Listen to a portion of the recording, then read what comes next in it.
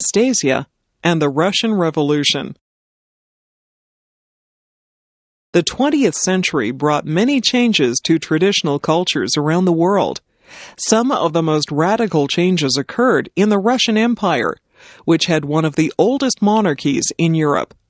In 1917-18, the rule of the Tsars was replaced by the world's first communist government led by Vladimir Ilyich Lenin. No one was more affected by these changes than Anastasia, the Tsar's youngest daughter. Between 1895 and 1901, Tsar Nicholas II and his wife Alexandra became the parents of 4 beautiful and healthy daughters: Olga, Tatiana, Marie, and Anastasia. However, since a girl could not inherit the throne of Russia, it was important for Alexandra to give birth to a son. Finally, in 1904, the Tsar and Tsarina had a son, Alexei. This event, which should have made the whole family very happy, proved to be a source of great sorrow. Alexei was soon found to have an incurable disease. This disease, hemophilia, meant that Alexei regularly suffered from uncontrollable internal and external bleeding, which left him very weak. This caused anxiety for all the family, especially his mother and father. The Tsar and Tsarina loved their children. The girls, who didn't have to worry about becoming rulers, led a fairly carefree existence. Anastasia and her sisters lived in a palace with hundreds of servants. They attended many society parties with their parents. The most elaborate parties were grand balls, where everyone dressed in their finest clothes and danced all through the night. The absolute rule of the Tsar was not popular with everybody. The majority of the population was poor peasant farmers who could barely keep themselves and their families alive. If they moved into the city to get jobs in the factories, they had to work long hours for very low wages and live in slum conditions. Popular opposition forced the Tsar in 1905 to give up some of his power to an elected parliament. None of the girls married. They all lived a happy life together. They moved from palace to palace, attended by their private tutors, visiting the beach and sailing on the royal yacht. Anastasia was the clown of the family. She didn't like schoolwork, but she enjoyed painting and photography. Many of her photos of the royal family in happy times survive. Soon the Tsar's problems worsened. The Empress, Alexandra, worried about her son and became ill. War with Germany broke out in 1914, and the Russians suffered many defeats and losses. In March 1917, there was a popular revolution, and the Tsar was deposed. From that time on, the royal family were prisoners. At first, they were treated kindly, but in November, the Bolsheviks or communists gained control of the revolution. Lenin and his followers hated the Tsar. The royal family had been living in Tobolsk in Siberia. Because of fears that they might escape, they were brought back to Ekaterinburg in the Ural region. Here, after midnight on June 19, 1918, the entire royal family was shot by the Bolsheviks. To some, this news was too dreadful to be believed. The thought that the Tsar's lively and beautiful daughters had been killed was too hard to bear. Within a couple of years, a woman who went by the name of Anna Anderson appeared in Western Europe. She claimed to be Anastasia. Some believed her story, and some did not. With the fall of the Soviet Union, it was possible to investigate the murder of the royal family. It was also possible to prove that Anna Anderson was not the real Anastasia. After a long search, the bodies of Anastasia and Alexei were found. They had died with the rest of the family. A great mystery was finally solved. Casa Loma. Many people visit Europe and see the old castles left from the days of knighthood. Very few return home with plans to build their own castle. Toronto businessman Henry Pellet actually built such a castle, Casa Loma. Pellet was born in Kingston, Ontario in 1859, but the family soon moved to Toronto. His father opened Toronto's first stock brokerage firm in 1866.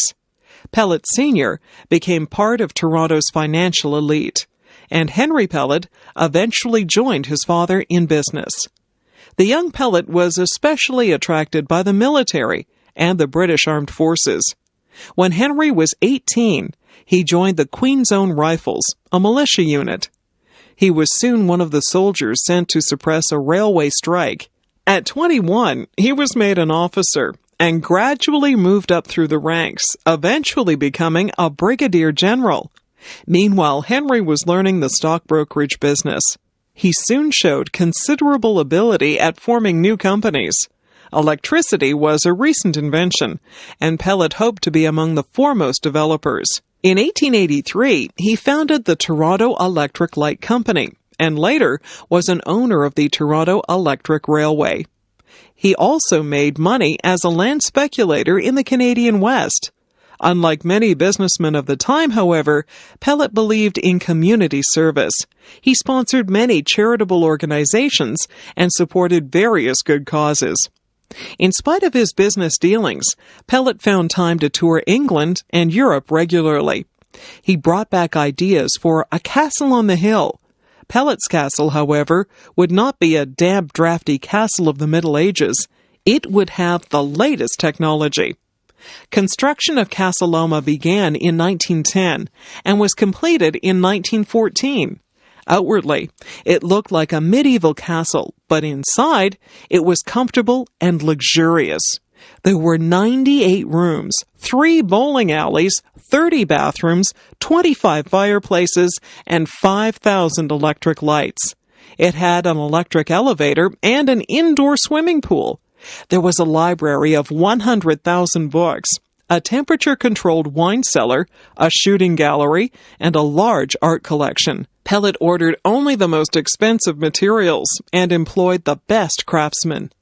The cost of all of this was $3.5 million, a huge sum in those days. Pellet and his wife liked to entertain. They often opened up Castle Loma for special events. Sometimes he would invite all 1,000 men from the Queen's Own Rifles over for the weekend. The Pellets also held parties for the staff. Pellet had hoped that Castle Loma would be the center of an extensive subdivision. He hoped that wealthy people would build grand homes nearby, and so he bought up the land near his castle. Unfortunately for Pellet, most of the people coming to Toronto were poor immigrants who couldn't afford large houses. Pellet was unable to sell his land holdings, and his income declined. In 1924, Pellet turned Castle Loma over to the City of Toronto because he could not pay his property tax. All the contents of Castle Loma went on auction soon after. His $1.5 million collection of art and artifacts sold for only $250,000. Now Castle Loma is a leading Toronto tourist attraction. The castle in the middle of the city has 400,000 visitors each year. It is the closest thing in North America to a real European castle. Conquering Lake Ontario. In 490 BC, the Greek runner Philippides ran the 24 miles from Marathon to Athens to announce the Athenian victory. His endurance was so much admired that runners ever since have attempted to run similar long marathon distances. In the 20th century, however, long-distance swimming has also attracted attention and admiration. To swim the English Channel or Juan de Fuca Strait between Vancouver Island and the mainland have become challenges for both male and female swimmers. In September 1954, some Canadian businessmen from Toronto offered veteran Californian champion Florence Chadwick $10,000 if she could swim Lake Ontario. They felt sure that such a feat would attract large crowds. Chadwick had swum the English Channel in both directions. However, no one, neither man nor woman, had crossed Lake Ontario. It was a 32-mile swim through cold water and difficult currents. 2 other women also decided to take up the challenge. One, Winnie Roach Lousler, had also swum the English Channel. The other was a 16-year-old girl named Marilyn Bell. The swimmers traveled to the mouth of the Niagara River on the south side of Lake Ontario. They would swim from Youngstown in the USA back to Toronto. Bad weather delayed the swim for several days. During the night of September 8th, the weather cleared, and the swimmers entered the water before midnight. Guided by her coach's flashlight, Marilyn swam through the dark water and soon passed Chadwick, who was lifted from the water after swimming 12 miles. Lausler made it further, but she too eventually had to give up. Marilyn not only had to overcome her fears of the dark, but she was attacked during the night by blood-sucking lamprey eels. She was able to knock these off with her fist. As dawn approached, the winds and waves increased, and Marilyn's weariness mounted. Her coach, Gus Ryder, passed her some corn syrup on a stick, and later gave her liniment for her tired legs. He wrote messages on a blackboard to encourage her to keep going. Sometimes he tricked her into thinking that she was nearer to the shore than she was. Marilyn fell asleep in the water twice and had to be awakened. The second time, a friend of hers jumped into the water beside her and swam with her for a distance. Because Marilyn's strength was declining, she was being pushed off course by the currents. Although the direct route was 32 miles, Marilyn swam a total of 45 miles. The last few miles were extremely difficult. Marilyn's family and the lifeguards felt that she should be taken out of the water, but her coach threatened to quit as her coach if the swimmer gave up. It was getting dark again, and the swimmer was barely conscious as she approached the shore. Thousands of people lined the shore, hoping to touch her or get a picture of her. Marilyn's supporters had to push the crowds back so they wouldn't stop her from touching the shore. Finally, after 21 hours in the water, Marilyn reached land. The exhausted girl was rushed to an ambulance. She had lost about 20 pounds of her 120 pounds weight in the crossing. Finally, she was able to sleep. Huge crowds came out to see her the next day, and 2 days later, there was a parade in her honor through the streets of Toronto. Everyone admired the courage and endurance of the 16-year-old girl who became the first person to swim across Lake Ontario. Death Valley, California. The steep mountains of southeastern California dip suddenly into a deep valley. Rain is kept out of the valley by the high mountains which form its western slopes. Although mountains surround the valley, Death Valley itself is very low. In fact, its lowest point is 282 feet below sea level, the lowest point of land in North or South America. Death Valley is about 140 miles long, but only a few miles wide. It got its name in 1849 during the California Gold Rush. Gold seekers attempted to cross Death Valley on the way to California's gold fields, and some died of thirst there. There's hardly any water in the valley. The average rainfall is only a couple of inches a year. It is also one of the hottest places in North America in the summer. Temperatures of 134 Fahrenheit have been recorded. As a result of this heat and dryness, Death Valley is a desert. These conditions give rise to the valley's most important products, mineral salts and salt deposits. One of these products is borax, which has many industrial uses. Borax was removed from the desert using 20 mule teams hitched in a long string. Later, a railway was built to help carry out these minerals. In spite of its desert conditions, Death Valley has considerable animal and plant life. Of course, its animals and plants are those typical in desert conditions. Only on the salt flats do plants refuse to grow. With even a small rainfall in the spring, the desert will come alive with wild flowers. Very few places in the world have such a contrast in heights and depths. The mountains near the valley are among the highest in continental USA, while the valley itself is the lowest elevation. Mount Whitney, at 14,495 feet, is less than 100 miles from Death Valley.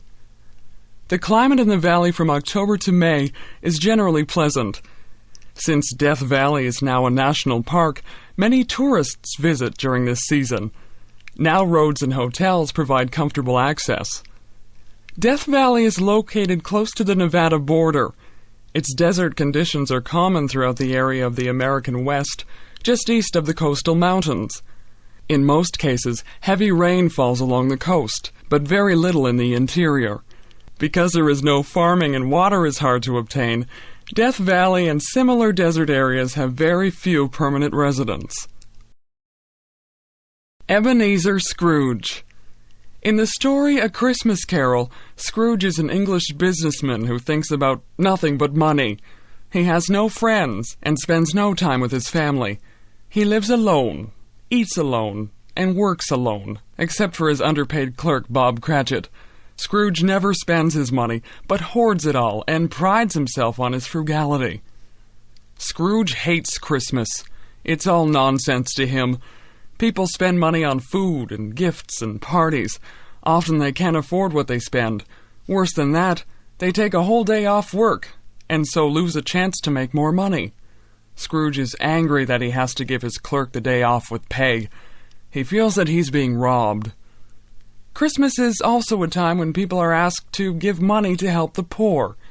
Scrooge is angry when two men come to his door asking for donations. Scrooge argues that he pays taxes, which support prisons and workhouses. It is not his business to worry about the problems of other people. Scrooge represents businessmen who see the bottom line as all that matters. Scrooge's partner Marley had died 7 years earlier. He was like Scrooge in all respects. That evening, which is Christmas Eve, Scrooge is visited by Marley's ghost. Marley drags steel chains round about him, which contain keys, cash boxes, ledgers, purses, and deeds. These are the things that Marley cared about when he was alive. Marley is condemned in death to wander the world, and tells Scrooge that the same fate is likely to happen to him. However, 3 spirits will visit Scrooge, and if Scrooge listens to them, he may escape this fate. The first spirit comes and takes Scrooge back to the early scenes of his own life. He sees himself being left behind at school, while the other boys went home for the holidays. Then his little sister arrives to tell him he could go home too. Another scene was of a cheerful Christmas party when Scrooge was a young man. A third scene showed him with the girl he was planning to marry. She left him because he no longer cared about anything but money. The second spirit shows Scrooge what people are doing that very Christmas. He shows Scrooge the preparations that people, even poor people, are making to celebrate Christmas. They visit Bob Cratchit's tiny home. There they see the family cooking their little Christmas dinner. Bob's son, Tiny Tim, has been weakened by disease and has to use a crutch to walk. The family is delighted with its meal, small as it is. They see other scenes of poor people, miners and sailors, celebrating Christmas. Finally, they visit Scrooge's nephew and view his Christmas party and its games. The third spirit was the spirit of Christmas yet to come, the future. This spirit does not talk, but points to scenes connected with Scrooge. They overhear some businessmen joking about someone who has recently died. Scrooge sees that he no longer occupies his usual place of business. The spirit then shows him 2 women who have stolen the bedclothes, curtains, and clothes off the dead man and taken them to a pawnbroker. The spirit takes Scrooge to the room where the dead man died. The only people who are happy about the death are a young couple who owed him money. The spirit then shows Scrooge the Cratchit's house, where they're mourning the death of Tiny Tim. Finally, the spirit takes him to a churchyard, where they stand among the graves. Then the spirit points to the name of the dead man on the tombstone, Ebenezer Scrooge. Scrooge is going to die, and no one will care. Scrooge finds himself in his own bed on Christmas morning.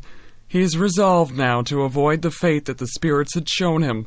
He is delighted that he's getting a second chance. Scrooge decides to surprise all his acquaintances, and he begins by buying a huge goose and sending it to the Cratchits.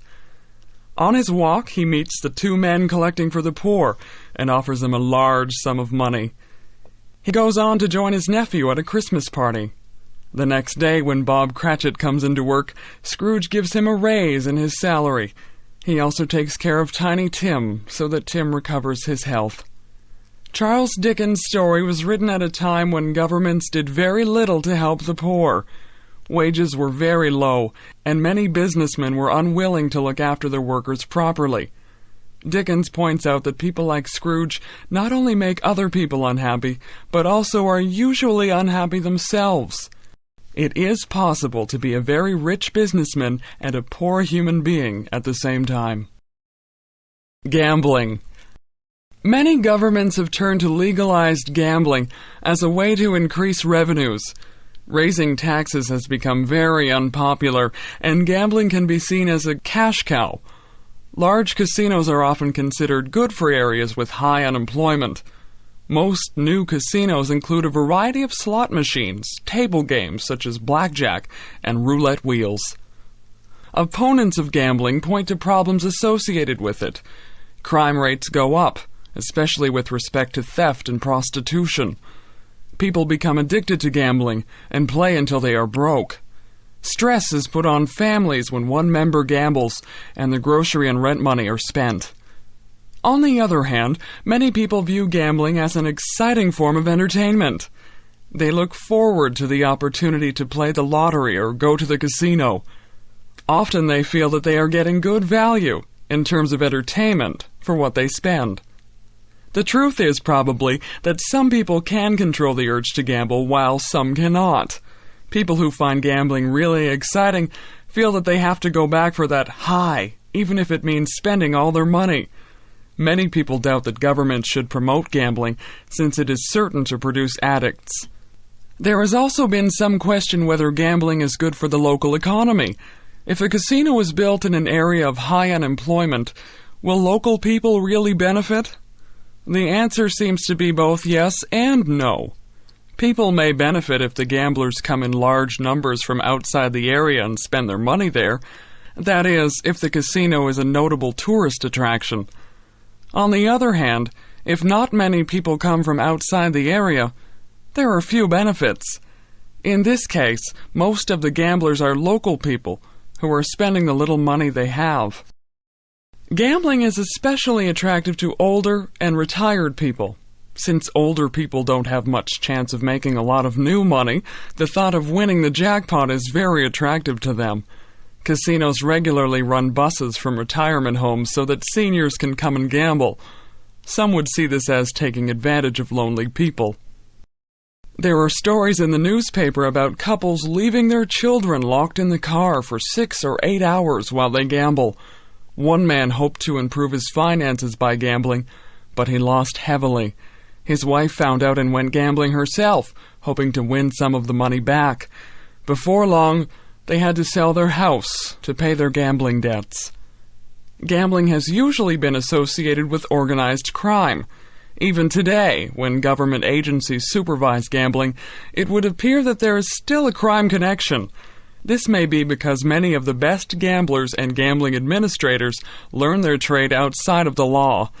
Besides this, gambling establishments attract various forms of crime to the area. Since law and government have an important educational function, one doesn't like to see them involved in gambling. Governments should be more than profit maximizers.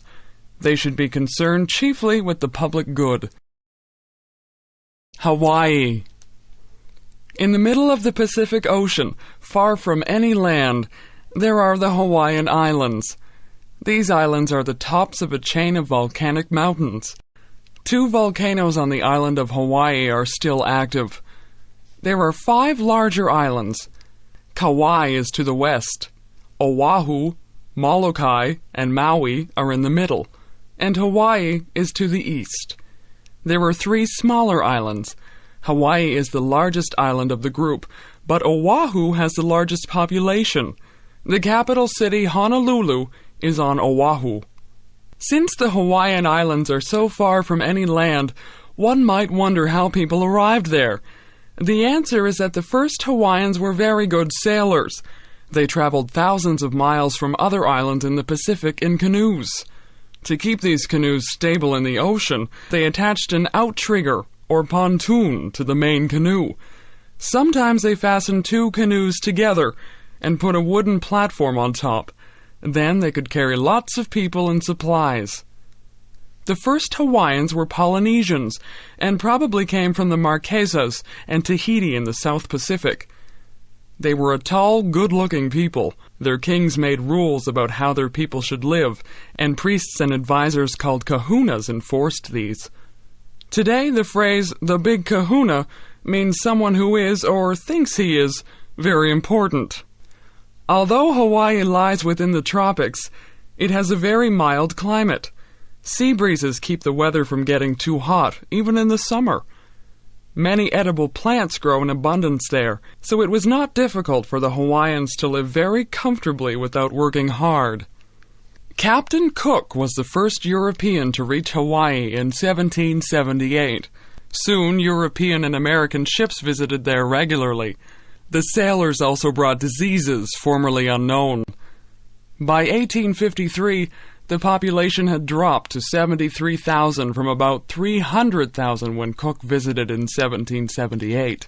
Besides Europeans, people from China, Japan, and the Philippines came to live there. Soon, large plantations of sugarcane and pineapples developed. As more and more land came under Western control, the native monarchy was undermined. American plantation owners were able to arrange for United States control of the islands. Today, the largest industry is tourism. Since the climate is good all year round, visitors can come at any time. When you arrive, a young Hawaiian woman will greet you. She will put a beautiful flower necklace called a lei around your neck. Hula dancers entertain tourists.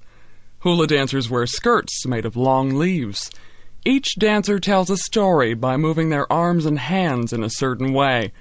For meals, the Hawaiians like to dig a pit in the ground, place wood in the pit, and then set the wood on fire. Food wrapped in leaves is then placed on the wood, and the pit is covered with leaves and mats. A feast cooked this way is called a luau. These traditions nowadays are usually performed for tourists or on special holidays. Hawaii is the 50th state of the United States, and its people enjoy all the advantages of the modern world. It could be a whole lot better. As I was sitting in the reading room at the library, a man got up and left, commenting, "It could be a whole lot better." I wasn't sure whether he was referring to the reading room, the world he was reading about, or something else.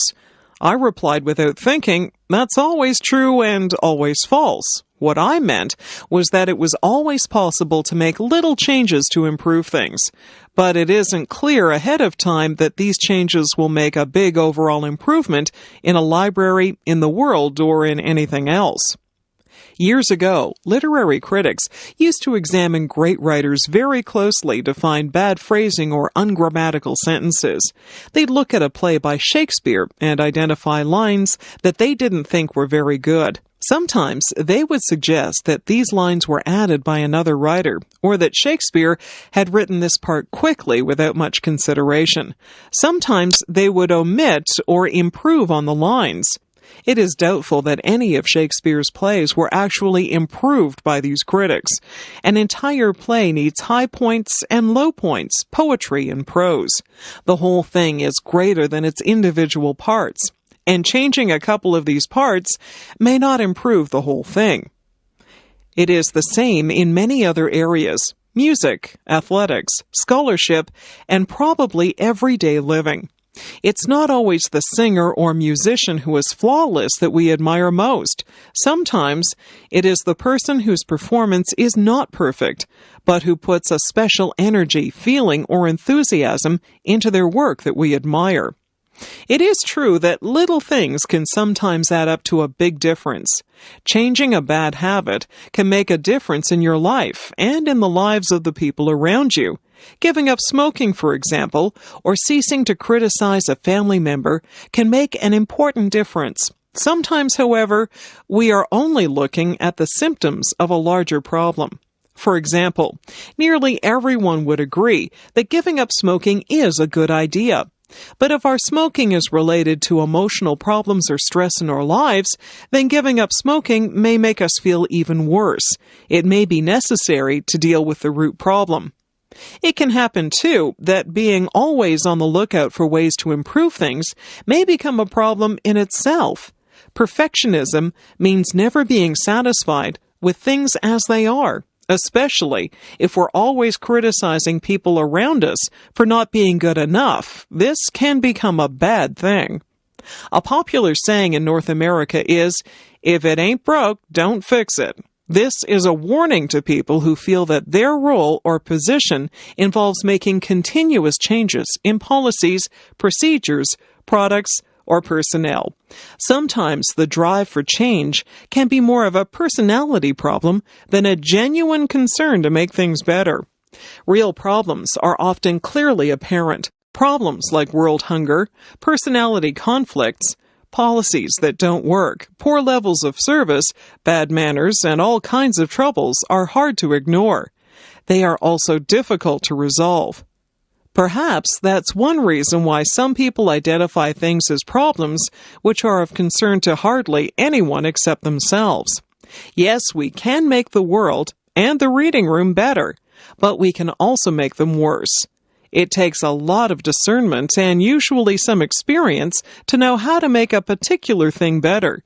There are so many things that could use improvement that it is difficult to know where to start. This too requires some thought, not to mention prayer and study. We can start by asking whether the thing we see as a problem is also a problem for other people. If it isn't, then maybe our energy and attention might be better employed elsewhere. Las Vegas, Nevada. Nevada is a large state of deserts and mountains. Since most of the land is not suitable for farming, the population grew very slowly. In the 1950s, there were only 267,000 people in the entire state. Now, there are nearly 1 million people living in the Las Vegas area alone. Las Vegas has become a major tourist center. It used to be quite a little desert town of the Old West, but in the 1950s and 1960s, hotels and gambling casinos were opened. In order to bring tourists to town, these hotels hired well-known entertainers. Soon, Las Vegas became known as a major entertainment center. In order to promote the growth of Nevada, some activities were allowed which were against the law in other states. These included gambling and prostitution. It was also easier to get married in Nevada than in some other states. Over time, many other attractions were developed. Much of the activity in Las Vegas goes on at some 30 major hotels. Many of these hotels provide a complete range of services and entertainment. Some of them boast 4,000 or 5,000 rooms. It is common for these large hotels to be organized around a particular theme, such as the Middle Ages, the Arabian Nights, the movies, the circus, Paris, Egypt, or the Far East. The hotel, its restaurants, shops, lounges, and entertainment reflect this theme. For example, the Paris Las Vegas Hotel has a 50-story replica of the Eiffel Tower. The Luxor Hotel has a huge image of an Egyptian sphinx and a replica of the tomb of King Tut. Nearly all of the major hotels also contain a casino, sometimes several casinos. Gambling is a major reason why people come to Las Vegas. There are slot machines, blackjack tables, and roulette wheels, and much more. Even though Las Vegas is in the desert, there is an extravagant use of water. Large swimming pools, water slides, artificial waterfalls, and huge fountains are common. Health spas, beauty salons, fashion boutiques, specialty restaurants, and malls abound. Tennis and golf are also popular. The lavish shows at Las Vegas are world famous. Tall dancing showgirls, like the famous Rockettes, wear beautiful but rather skimpy costumes. Some entertainers, like singer Wayne Newton, rarely leave Las Vegas. The pay there is good, and the audiences are appreciative. Near Las Vegas are other tourist sites, such as the giant Hoover Dam. Behind the Hoover Dam is the large artificial lake, Lake Mead. Further up the river is the Grand Canyon. All these things are a short trip from the city. Las Vegas is called the city that never sleeps. At nearly any time of the day or night, there are casinos and shows that are open. A monorail connects many of the leading hotels. Many people view Las Vegas as a total entertainment package. One word of caution: set yourself a limit on how much you will spend at the casinos. Gambling can be addictive. Little House on the Prairie. Much of the history of North America is about how Europeans moved westward from the Atlantic coast towards the Pacific. The first settlements began around 1600, and it was a long time before the Europeans settled the interior. By the late 18th century, however, good farmland along the east coast was becoming scarce. As the population increased, people began thinking about all the native Indian lands further inland. Families were quite large in pioneer days, and the oldest son usually inherited the family farm. This meant that other sons and daughters would have to move away when their parents died. Often the sons would want to begin their own farm and start their own family. But if there was no farmland available, or if it was too expensive to buy, they were out of luck. One option was to move west, where land was free or very cheap. Sometimes the whole family might move if their old farm was no longer productive. Sometimes the old farm was on poor soil, or too much farming had exhausted the soil. Perhaps better land could be had further west. There were other reasons for moving west. Pioneer settlers depended on wild birds, fish, and wild animals for food, furs and skins for clothing and trading, and trees for building materials. These things had become scarce in old settled areas. Out west, there were lots of animals to hunt for food, and animal skins could be traded for supplies. It seemed that it was easier to make a living on the frontier. Of course, there were some problems regarding moving west. Various American Indian tribes who might fight to defend their land occupied the land. Then the land needed to be cleared of trees and stumps before it could be planted. A log cabin and other buildings had to be built. A well had to be dug, or a spring of water found. Settlers might also suffer because there were no doctors or teachers or stores available. These things, though, often did follow closely behind the first settlers. A series of Little House books, written by Laura Ingalls Wilder, tells the story of her pioneer family. The Ingalls family moved many times while Laura was a little girl. She was born in Wisconsin in 1867. Her family moved next year to Missouri. Then they moved to Kansas in 1869. The Ingalls moved back to Wisconsin in 1871. They moved to Minnesota in 1874.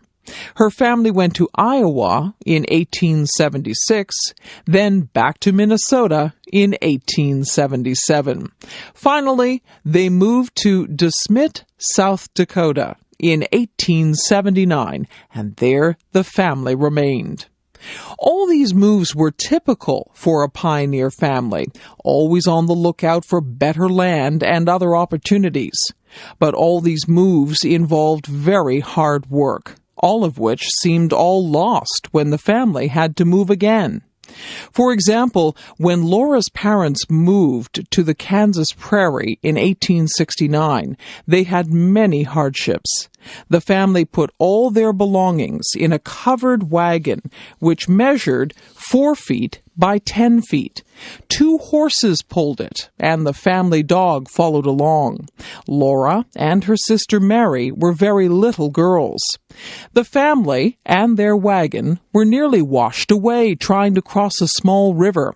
They traveled through wild, tall grass where there were no roads. Laura's father built a house on the open prairie with logs he had hauled from the creek bottoms.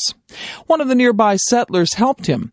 They also built a log stable for the horses. That was a good thing, because the next night their little house was surrounded by a pack of 50 large wolves. They formed a large circle around the house and howled all night. One day, while Laura's father was away, 2 Indians visited the house. They wanted Laura's mother to feed them and stood silent while the food was cooking. The Indians wore only fresh skunk skins as clothing. After the Indians had eaten all the food, they left. The following spring, there was a large gathering of Indian tribes. Most of them wanted to fight the settlers. For many nights, the sounds of Indian drums frightened the settlers. One tribe opposed the plan, and finally the gathering broke up, and the Indians went away. Many other problems faced the Ingalls family. These included bad weather, prairie grass fires, and malaria. The worst part was having to leave their new homes. The government decided that Laura's family was living on Indian land and would have to move. So the covered wagon was packed again, and the family traveled north. Such experiences were not unusual for pioneers in the 19th century. North America's rainforest. When people think of rainforests, they usually think of the tropical jungle, but heavy rain can also produce dense forests in temperate areas. Along the northwest coast of North America, there are some of the largest trees in the world. This forest runs along the Pacific coast from Alaska down to northern California. About half of it is in British Columbia, Canada. Several species of trees grow to an immense size. Some grow up to 95 meters, 312 feet high, and 12 meters, 40 feet in circumference.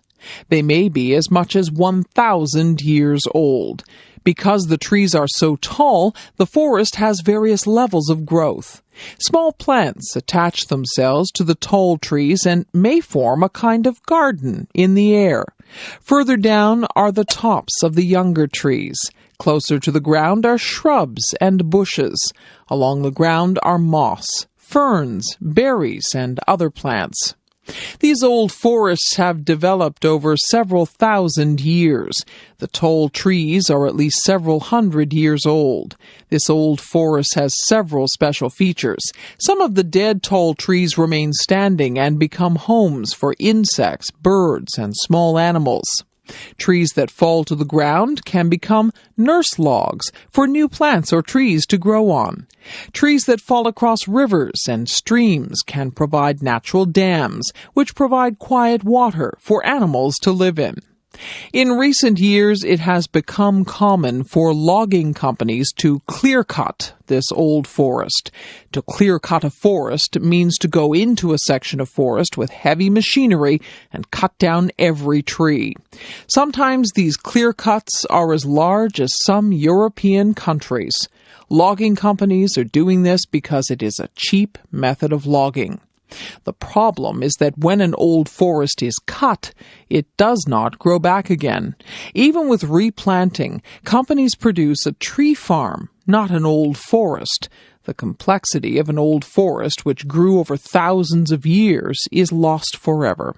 The old forest can shelter many kinds of birds, mammals, fish, and plants that a replanted forest cannot. Another issue is that companies are cutting more and more old forests because they haven't done enough replanting. As long as governments have been willing to let companies cut old forests, neither logging companies nor governments have been much motivated to replant the forests. As a result, most of the old forest has been cut down and continues to be cut at a rapid rate. This situation has also worsened because new technology allows more rapid logging.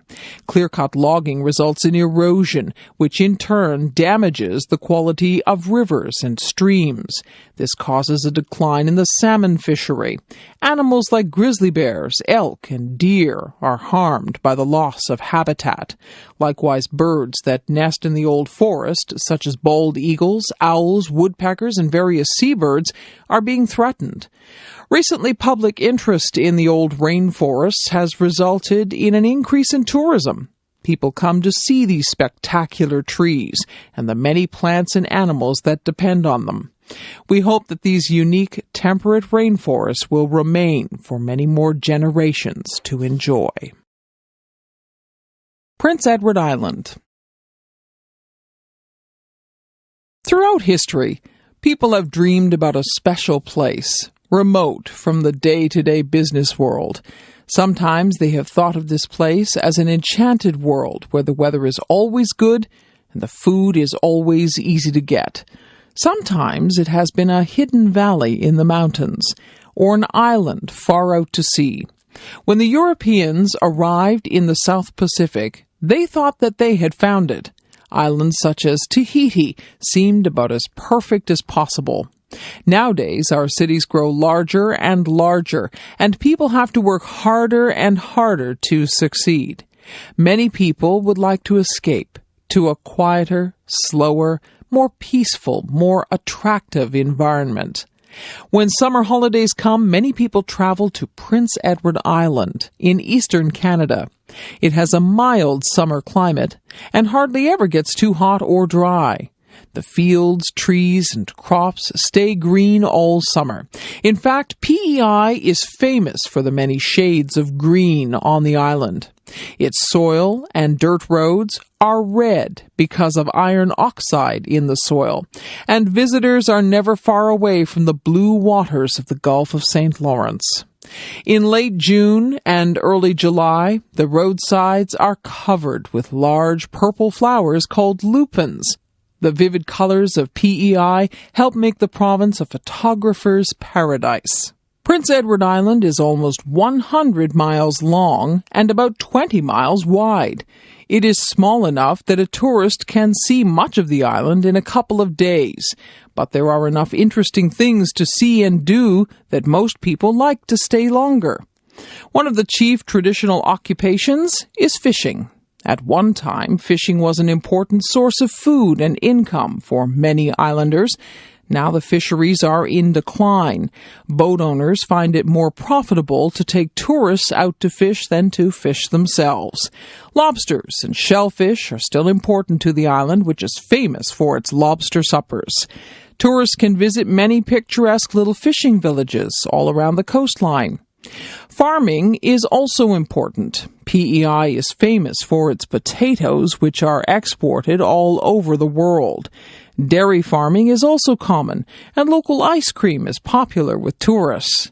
Apple orchards, grain fields, hay fields, and vegetable gardening are also widely found. During the era of sailing ships, a lot of shipbuilding took place on the island, but as steel hulls replaced wooden hulls, shipbuilding moved to regions where steel was being produced. The full impact of the Industrial Revolution has never hit PEI. Farming, fishing, and tourism have remained the chief industries. There are no large cities on the island, so if young people want to go to the big city, they have to leave PEI. The majority of island people prefer to live in small towns and villages just as their ancestors did. Since there wasn't much industry on the island, many people did not have a lot of money. As a result, they made do with their old houses, old furniture, and old ways of doing things. This is why visitors to PEI sometimes feel like they are going back in time. Things on the island seem like they are still the way things were in our parents' or grandparents' day. Most of the people who live on the island are descended from British immigrants in the 18th or 19th centuries. The majority of these were from Scotland, and the Scottish heritage remains strong. There are also some Mi'kmaq Indians and some French Canadians or Acadians. The island has generally avoided social and political strife, and this contributes to the peaceful atmosphere.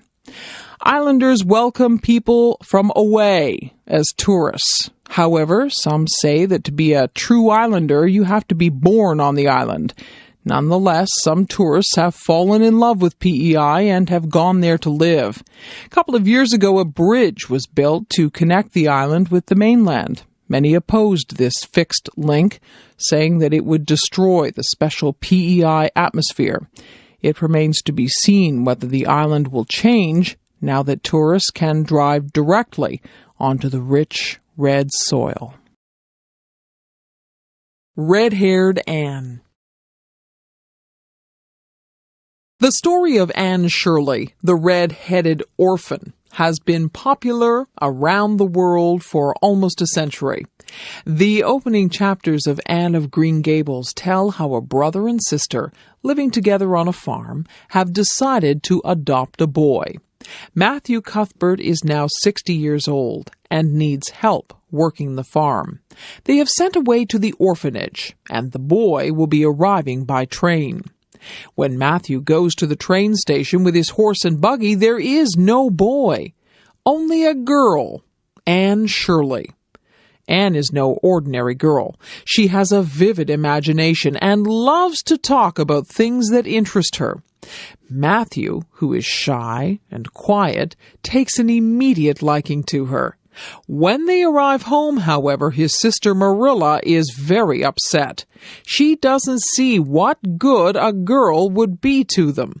Matthew says, "We might be some good to her." After a while, Marilla begins to feel sorry for the thin little orphan and decides to keep her. But Marilla finds that teaching Anne how to behave properly is quite a challenge. Anne often does things without thinking first, and Marilla has to be vigilant to keep her out of trouble. As time goes by, Anne becomes accepted in the community and doesn't get into as many difficulties. One characteristic of the little orphan is a love of big words. While she lived a life of hard work, Anne liked to imagine beautiful things that she didn't have. This was her way of dealing with unhappiness when she worked as a servant for unkind people. Living at Green Gables makes her happy, but she doesn't lose her love of special words or beautiful things. Anne is also unhappy because she has red hair and freckles. In Anne's day, beautiful women were thought to have light, clear complexions and black hair. Her coloring seemed unromantic. However, red hair and freckles are very common on Prince Edward Island, where many of the people are of Scottish descent. This story tells us a lot about how to be happy.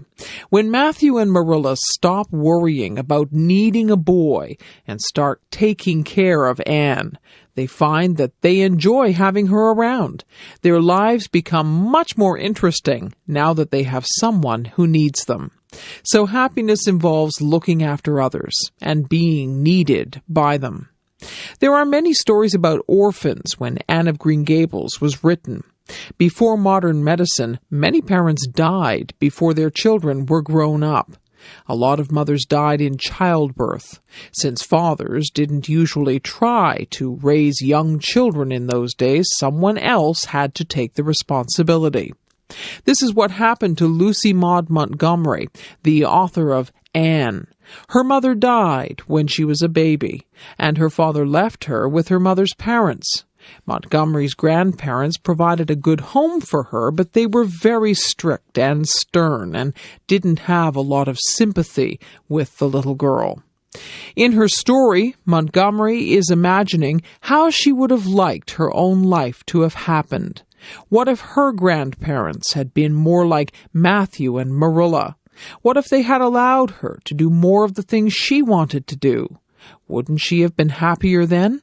The story shows how young children are hurt by bad treatment from the adults looking after them. Even if the adults don't mean to be unkind, sometimes they say or do things that make children very unhappy.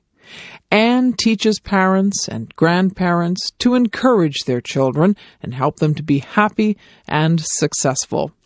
Anne Shirley is one little person who changes a whole community and makes it better. We all have special gifts and talents, and if we are allowed to use those abilities, they will benefit everyone around us. Shopping at the mall. At one time in North America, most people shopped downtown on Main Street. Most businesses were at the center of town. When people started using automobiles, however, they moved away from downtown. In time, most people lived in the suburbs. Eventually, stores and small shopping plazas were built in suburban areas. Still, most of the big stores were downtown. But as more and more cars were on the roads, driving and parking downtown became a problem. There wasn't room for a lot of cars to park downtown. People also didn't want to fight downtown traffic just to go shopping. So in the 1950s and 1960s, there was the beginning of large suburban shopping malls and plazas. Plazas were a row of stores attached to one another. Malls were usually a double row of stores with a roof connecting both rows. This means that shoppers did all their shopping inside. Large department stores and grocery stores were usually part of the mall, but there were many smaller stores as well. When you came to the mall and went inside, many people would get a shopping cart. You can walk along the aisles, putting your purchases in the cart. When you're finished shopping, you can push your shopping buggy out to the car. Many malls also have buggies or strollers for pushing small children along. There can be a lot of walking in a trip to the mall. In fact, some people go to the mall just to exercise. A half dozen laps around the mall every morning amount to a pretty good workout. However, there are always places to sit down when you get tired. Most malls have a food court. This is an open area with a lot of tables and chairs. Usually, there are a dozen or more small restaurants circled around the food court. The department stores often have full-size restaurants. Malls have large parking lots. Unlike downtown, you don't pay to park at the mall. On a busy day, finding a space close to the store can be a challenge. Many people go to the malls when the weather is bad. During wintry weather, the malls are busy. Likewise, in really hot summer weather, people go to the malls to get cool. The climate there is always the same. People don't go to malls just to shop. They also go to meet people. Usually, you bump into friends and neighbors there. Old people, as well as teenagers, go there to see friends. Usually, the malls sponsor special events. With lots to see and do, malls are a popular place to hang out. Sunday morning at church. Every Sunday is a holiday or half-holiday in North America. Some stores may be open, but banks, offices, and government services are usually closed. Sunday closing has a Christian origin. Christians believe that Jesus Christ rose from the dead on a Sunday morning, so Sunday is known as the Lord's Day. About 30 or 35% of North Americans attend church regularly on Sunday mornings. About the same percentage attend church occasionally. At Christmas and Easter, the churches are very full as people celebrate these two important holy days. Nearly everybody goes to church at least 3 times. They are baptized or dedicated as a child. Most people are married in a church, and many people are buried after a church service. Church services are usually held Sunday mornings, often at 11 o'clock a.m., although there may also be evening services provided. Most services last an hour. Their purpose is to worship God and to help people focus on religious and moral beliefs. The service is led by a pastor, minister, or priest, who usually also looks after the people and the business of the church. It is the pastor who delivers the sermon, a 20-minute talk on a religious or moral matter. Usually members take part in the service. They may lead the singing, read from the Bible, offer prayers for the congregation, take up the collection, or act as ushers. Most churches also have a choir, a group of singers who lead in singing the hymns. There are many cultural traditions connected to going to church. People normally wear their best clothing and try to be on their best behavior. Talking or making noise in church is usually considered bad. This is why children often have a separate children's church or Sunday school, where they can be more like children. The Sunday service is the main weekly event at many churches. But nowadays, there are a growing number of large super churches which organize all kinds of activities for their members. These churches usually have large buildings and a large staff to plan and lead various activities.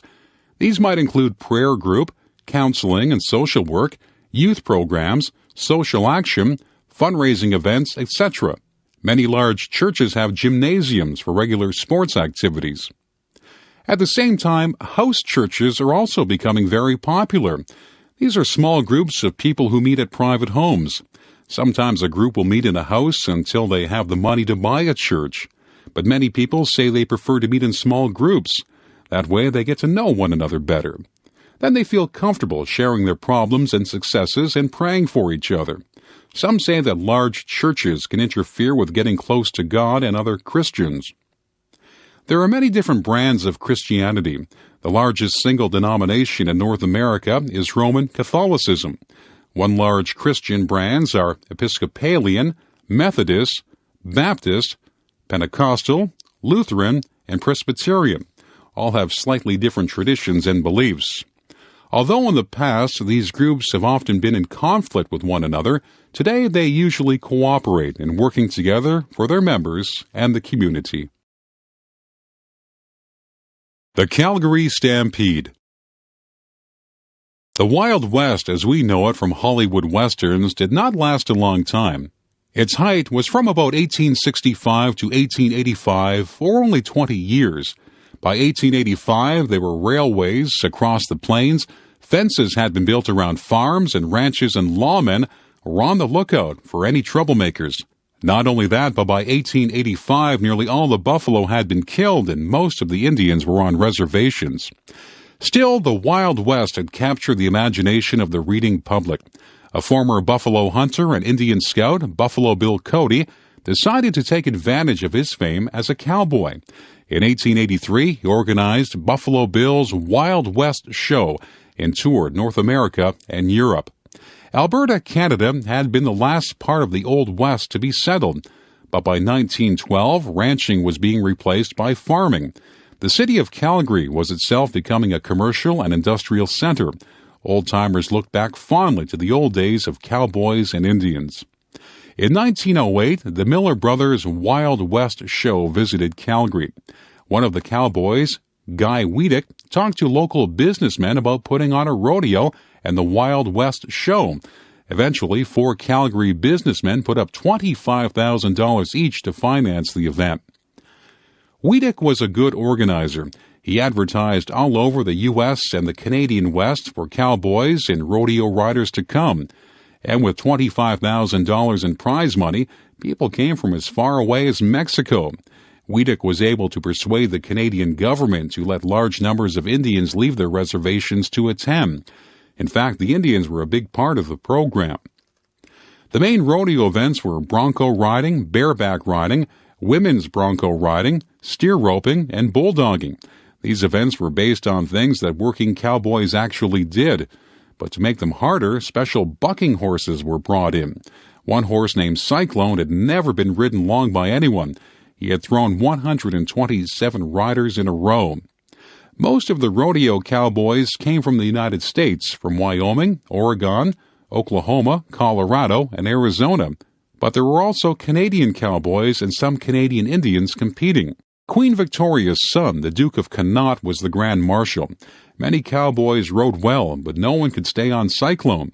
On the 6th and final day, the grounds were muddy from rain, and the horses kept slipping. Cyclone escaped from his handlers and ran around the track. For his last bronco riding contest, Cyclone's rider would be Tom 3 Persons. 3 Persons was a blood Indian from southern Alberta. When 3 Persons got on Cyclone, the horse would rear up and plunge its head down to throw the rider. Cyclone acted as though it would topple over backwards, but 3 Persons hung on. Then it hurled itself forward with its head almost touching the ground. After a wild ride of several minutes, Cyclone began to tire. The judges declared Tom 3 Persons the winner of the bucking bronco event. 3 Persons was the only Canadian to win a major event at that first Calgary Stampede in 1912. Today, the Calgary Stampede continues to be the largest rodeo and Wild West show in North America. It has many new events and attractions and still attracts the best rodeo riders from all over North America. The Florida Everglades. Southern Florida stretches south, dividing the Atlantic Ocean from the Gulf of Mexico. Stretching further south is the Florida Keys. These coral islands are the southernmost part of the United States. Since much of southern Florida is close to sea level, it's very swampy. The famous Everglades are wetlands where tall grass and bunches of trees grow. Part of these swamps has been drained for agricultural land. The soil is rich, and market gardening is an important activity. The Everglades that remain are too wet to be used for farming. The Everglades are a river of grass. The deeper water areas stay wet all year, but the shallower pools dry up in the dry season. Some of the water has been drained off for agricultural purposes, making the Everglades drier. Nonetheless, the best way to travel in this region is by airboats. These high boats can go through water and sail over clumps of grass. Besides the wet grasslands, southern Florida has smaller areas of tropical forest. These areas of hardwood trees are called hammocks, and they are rich in animal and plant life. Along much of the coast are mangrove trees, which provide important nesting grounds for wild birds. The Florida Keys stretch 200 miles from Miami southwest. These islands are tropical in climate. Fishing and tourism are important industries. Because of its subtropical nature, the animal and plant life of southern Florida differs from other parts of the United States. Characteristic animals are alligators and crocodiles. Alligators prefer fresh water and usually live inland, while crocodiles live in salt water along the coast. Both animals are considered dangerous. Alligator wrestling is considered a sport for the brave or foolhardy. Probably Florida is the most famous for its birds. At one time, many species were almost extinct. Their long feathers were used on women's hats. Now the law protects them. Florida has at least 6 species of herons, several egrets, wood storks, white ibises, and cormorants. Characteristic Florida birds are the purple gallinule, the aninga, the limpkin, flamingos, and roseate spoonbills. Many of these birds are notable for their size, coloring, and interesting habits. Notable animals include the key deer, a miniature form of the white-tailed deer. There are also panthers or cougars, bobcats, marsh rabbits, mangrove squirrels, round-tailed muskrats, and the manatee. Naturally, the Everglades are home to many reptiles. Snakes are common, both water snakes and land species. There are 4 poisonous varieties. Both land and sea turtles abound, and lizards are fairly common. Fishing is a major industry. Sports fishermen go to sea in search of trophies such as marlin, sailfish, and tarpon. Smaller fish are caught commercially. Freshwater sport fish include bass and gar. After many decades of work to protect the animals and plants of the Everglades, the region finally became a national park in 1947. It is the 3rd largest park in the USA and covers 1.5 million acres. Within the park live 300 kinds of birds, 30 kinds of mammals, 65 kinds of reptiles and amphibians, and nearly 1,000 species of flowering plants. Of course, it is a major tourist attraction. The Internet. The first working computers in the 1950s and 1960s were large mainframe machines. In some ways, they were like large calculating machines. The U.S. government, the military, and businesses and institutions used them for specific tasks. For example, they might be used to handle the payroll. As more uses were found for computers, the need to transfer data from one computer to another became a concern. In 1969, the U.S. government sponsored a program to explore ways for computers to transfer data over telephone lines. The first Internet was created with 4 computers linked together. Of course, computer use increased beyond anyone's expectations. Standards were developed that describe how data was to be transferred between computers. A common language for commands and communications emerged. Operating programs such as MS-DOS, Unix, Macintosh, and Windows came into existence. The Internet quickly expanded beyond government and military uses. The PC became the standard form of computer. Private agencies acted as hosts for Internet usage. Around 1982, there were 213 hosts. By 1986, there were 2,300. Today, there are millions. The role of computers expanded so quickly that the USSR, which had discouraged computer use, found itself left behind by the USA. Part of the reason for the collapse of the Soviet Union in 1989 was that they had fallen too far behind the United States in high-tech areas to ever catch up.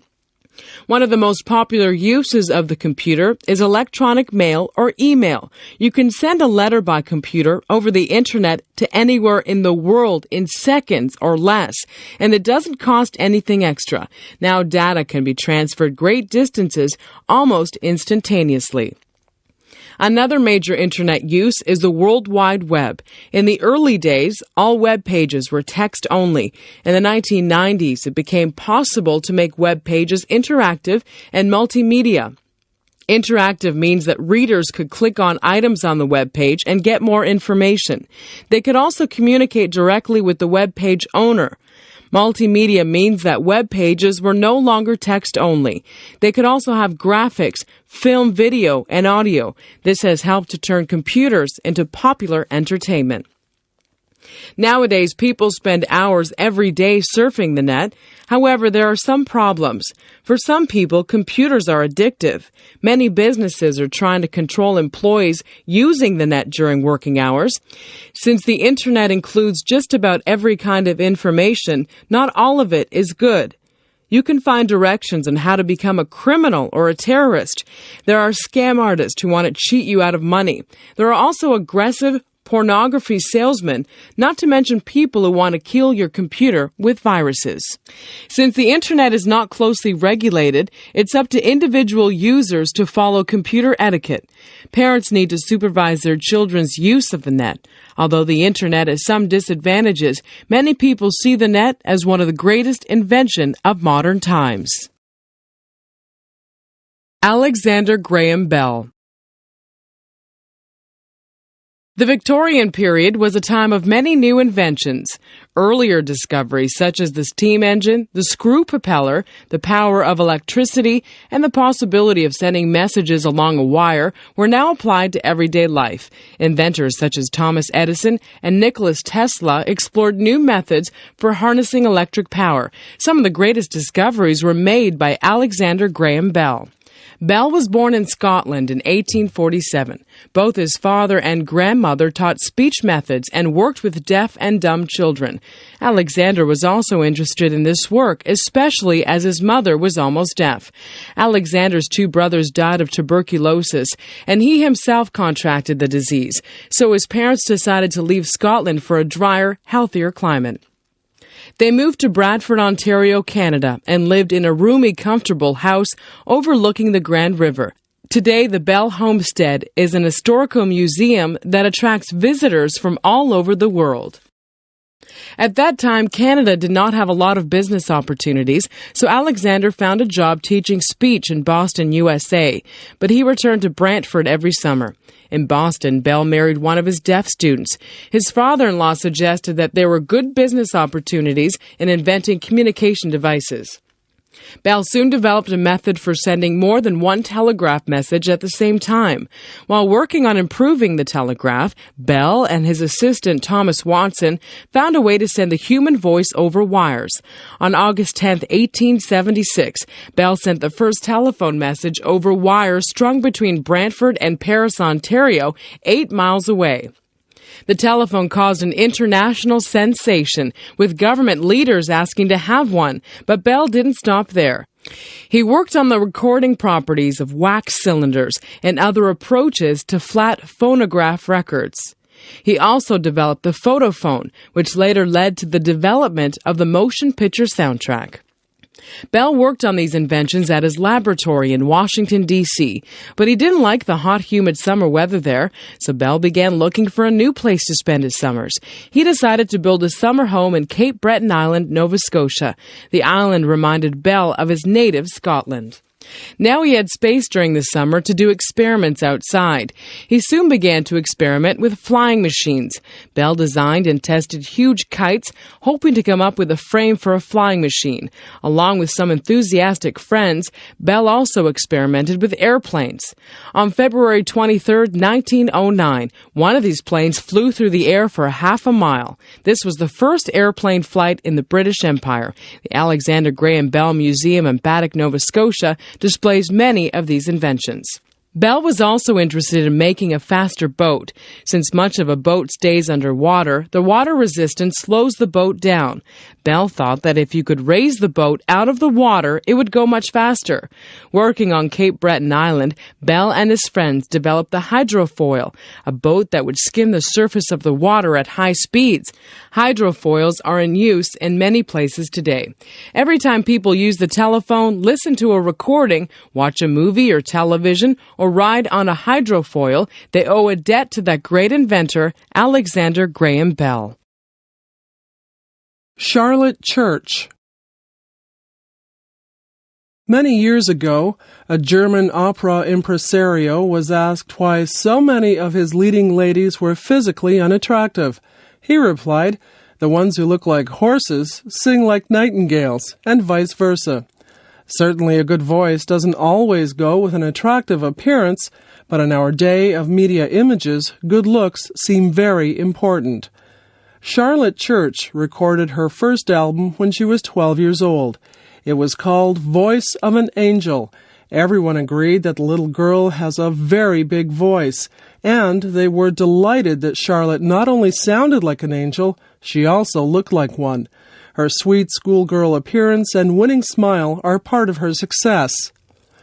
Charlotte Church was born in Cardiff, Wales, in February 1986. Music and singing are very important in Welsh culture, and all of Charlotte's family were musical. Although Wales is part of Great Britain, the Welsh people are very proud of their own language, history, and heritage. Now that Wales has its own parliament in Cardiff, Welsh culture is promoted even more strongly. Charlotte sings some of her songs in the Welsh language. Charlotte began singing along with the radio as an infant, and by the age of 3, she could sing a number of popular songs. She began singing lessons when she was 9. Charlotte first appeared on television early in 1997. This led to a number of other TV and concert appearances. In 1998, she signed a contract with Sony to record 5 albums. Since Charlotte's first album appeared, she has spent a lot of time doing promotional tours. Since she's a schoolgirl, her 2 tutors travel along with her. Voice of an Angel was recorded in 5 days in Cardiff, Wales. All the songs were ones that Charlotte already knew and liked. These included Pie Jesus, The Lord's Prayer, Jerusalem, and Danny Boy.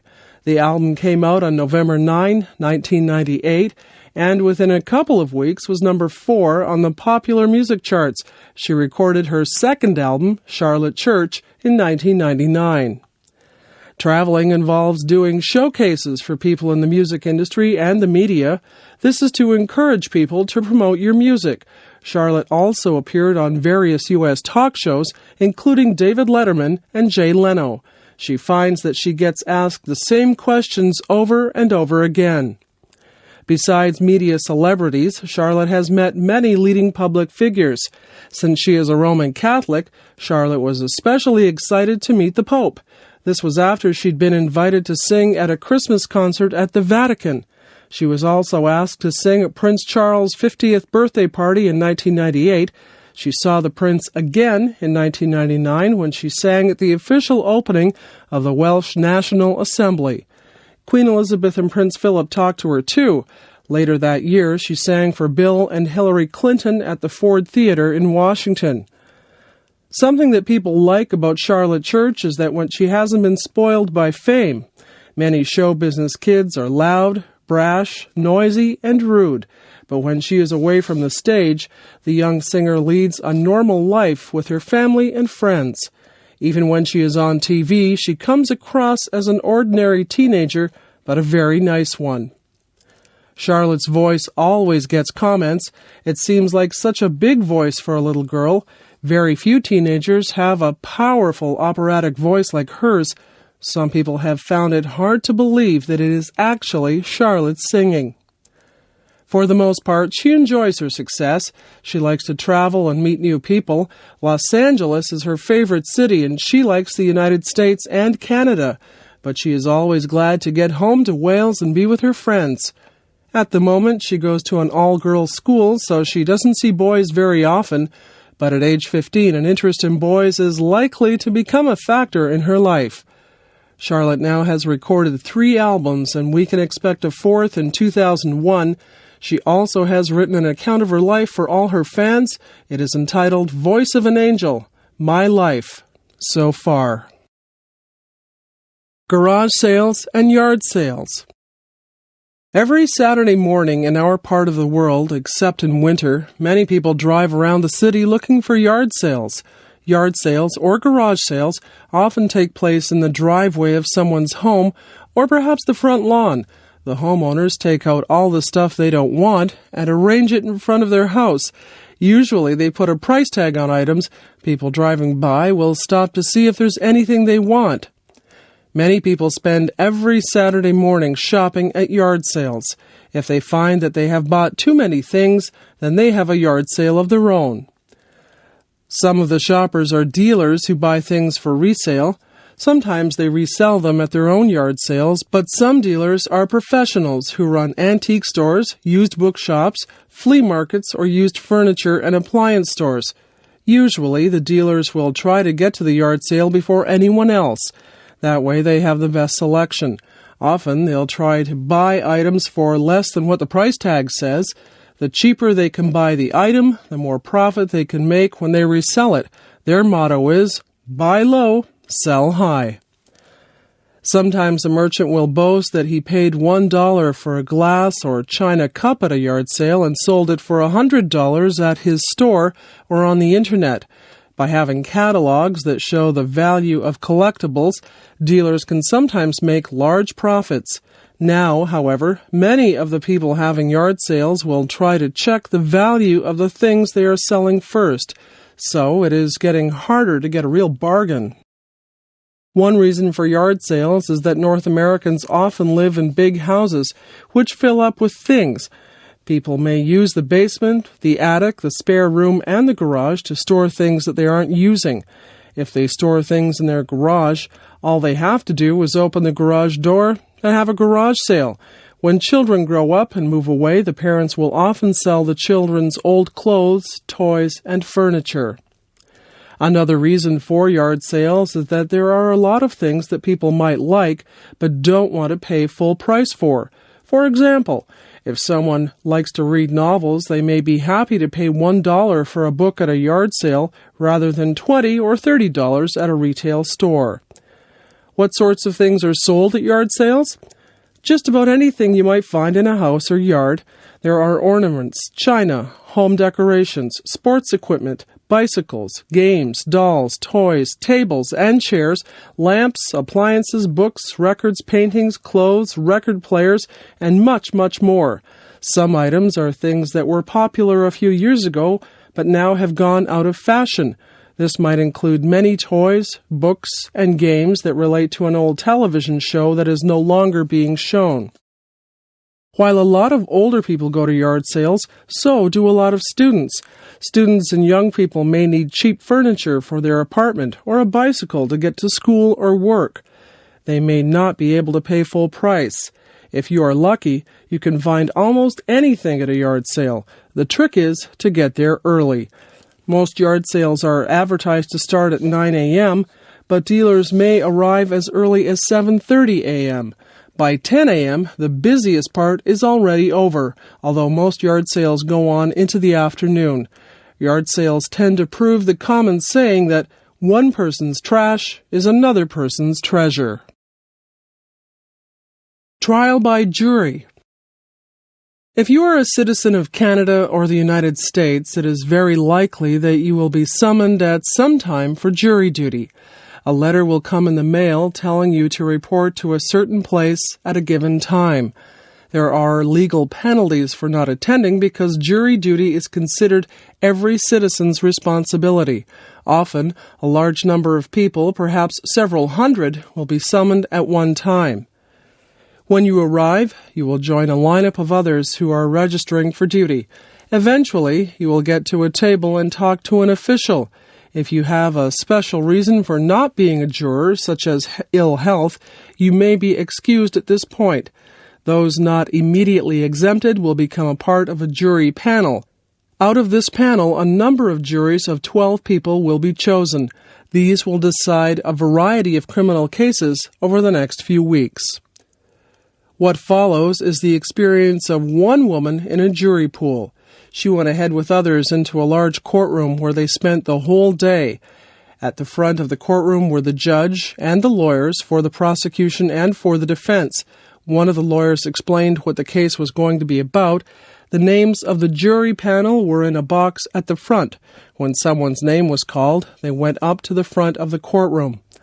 The person called up would then have a chance to explain why they couldn't serve as a juror if there was some reason preventing them. For example, one woman was dismissed because she knew the accused. The first jury to be chosen was for a burglary case.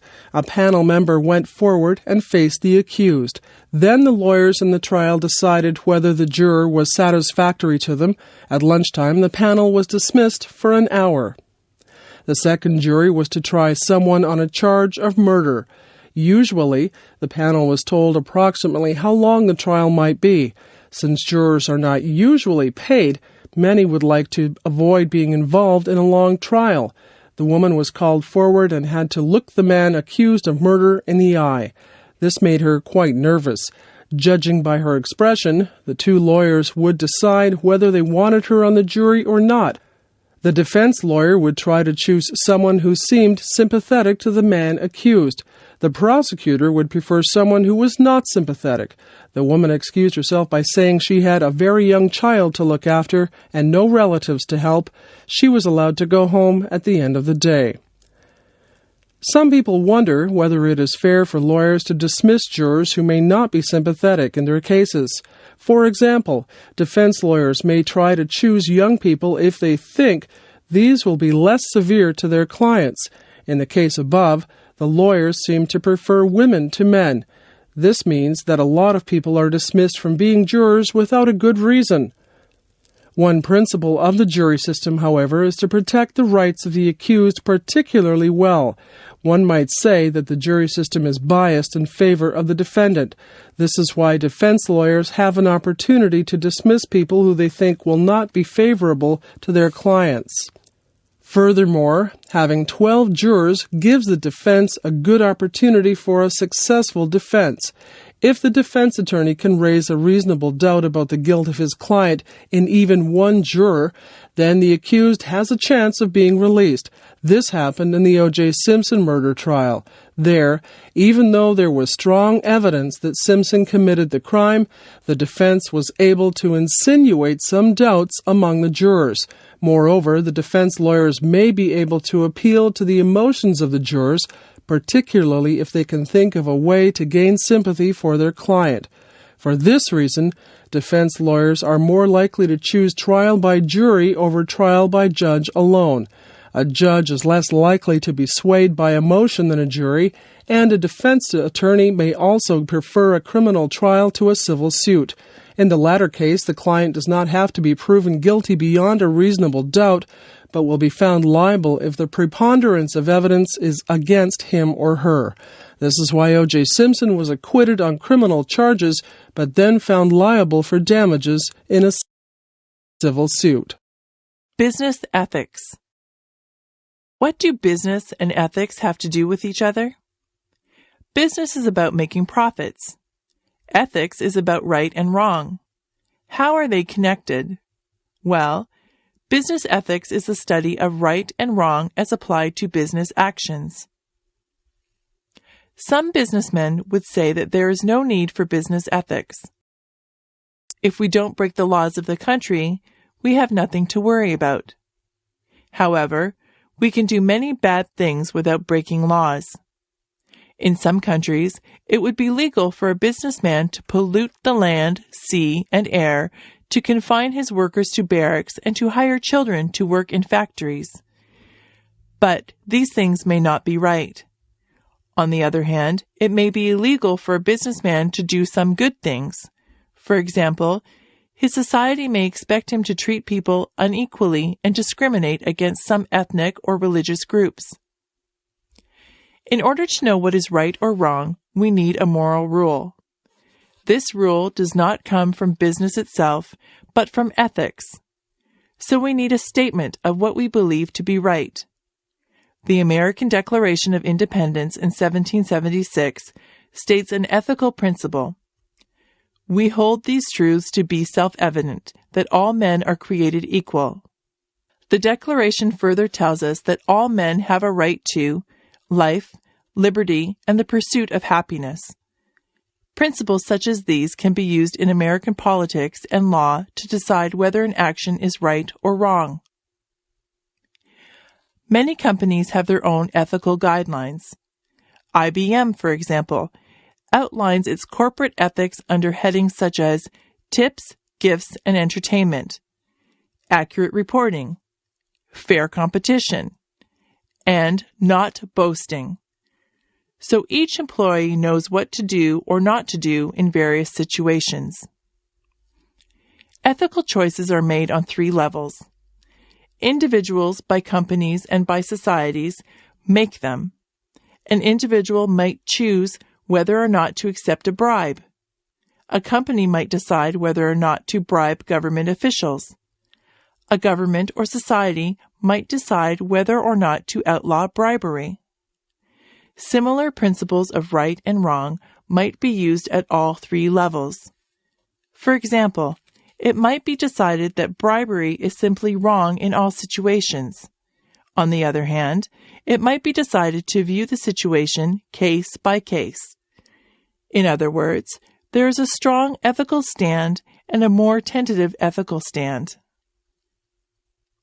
The strong ethical stand applies when you have a basic moral principle and apply it to all situations.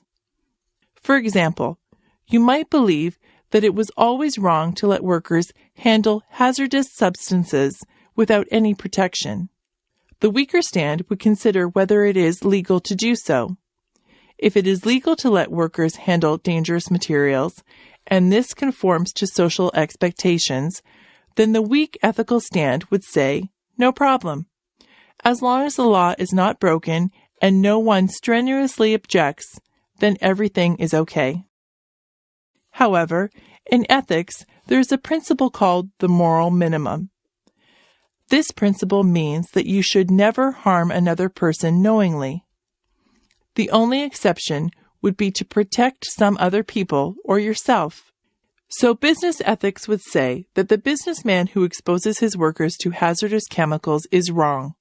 He is not practicing the moral minimum. Business ethics. What do business and ethics have to do with each other? Business is about making profits. Ethics is about right and wrong. How are they connected? Well, business ethics is the study of right and wrong as applied to business actions. Some businessmen would say that there is no need for business ethics. If we don't break the laws of the country, we have nothing to worry about. However, we can do many bad things without breaking laws. In some countries, it would be legal for a businessman to pollute the land, sea, and air, to confine his workers to barracks, and to hire children to work in factories. But these things may not be right. On the other hand, it may be illegal for a businessman to do some good things. For example, his society may expect him to treat people unequally and discriminate against some ethnic or religious groups. In order to know what is right or wrong, we need a moral rule. This rule does not come from business itself, but from ethics. So we need a statement of what we believe to be right. The American Declaration of Independence in 1776 states an ethical principle. We hold these truths to be self-evident, that all men are created equal. The Declaration further tells us that all men have a right to life, liberty, and the pursuit of happiness. Principles such as these can be used in American politics and law to decide whether an action is right or wrong. Many companies have their own ethical guidelines. IBM, for example, outlines its corporate ethics under headings such as tips, gifts, and entertainment, accurate reporting, fair competition, and not boasting. So each employee knows what to do or not to do in various situations. Ethical choices are made on three levels. Individuals, by companies, and by societies make them. An individual might choose whether or not to accept a bribe. A company might decide whether or not to bribe government officials. A government or society might decide whether or not to outlaw bribery.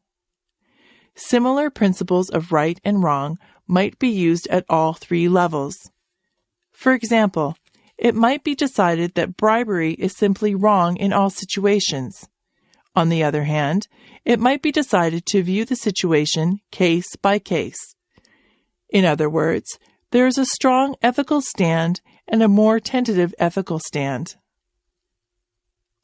The strong ethical stand applies when you have a basic moral principle and apply it to all situations.